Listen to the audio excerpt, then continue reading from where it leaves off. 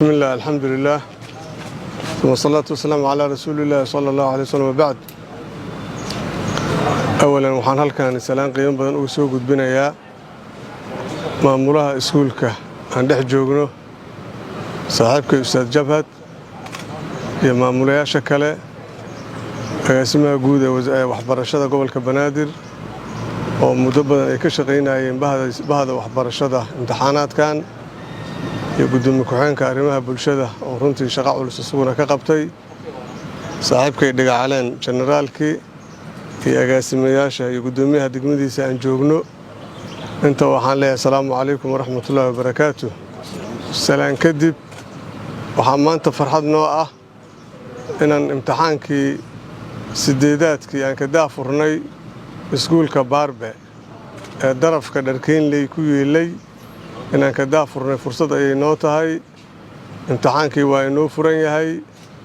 ubadkana waxaan ilaahay uga baryaynaa ilaahay imtixaanaadka u fududeeyo. qof kastoo Soomaali ah hadii la sheegayo waxaan dareemayaa runtii markii 30,000 iyo dhowr ay yihiin carruurta imtixaanka galayso oo 13,000 ay gabdho yihiin 17,000 ay wiilal yihiin waxaad moodaa gabdhihii wiilash inay iska soo agdhow yihiin laakiin berigii hore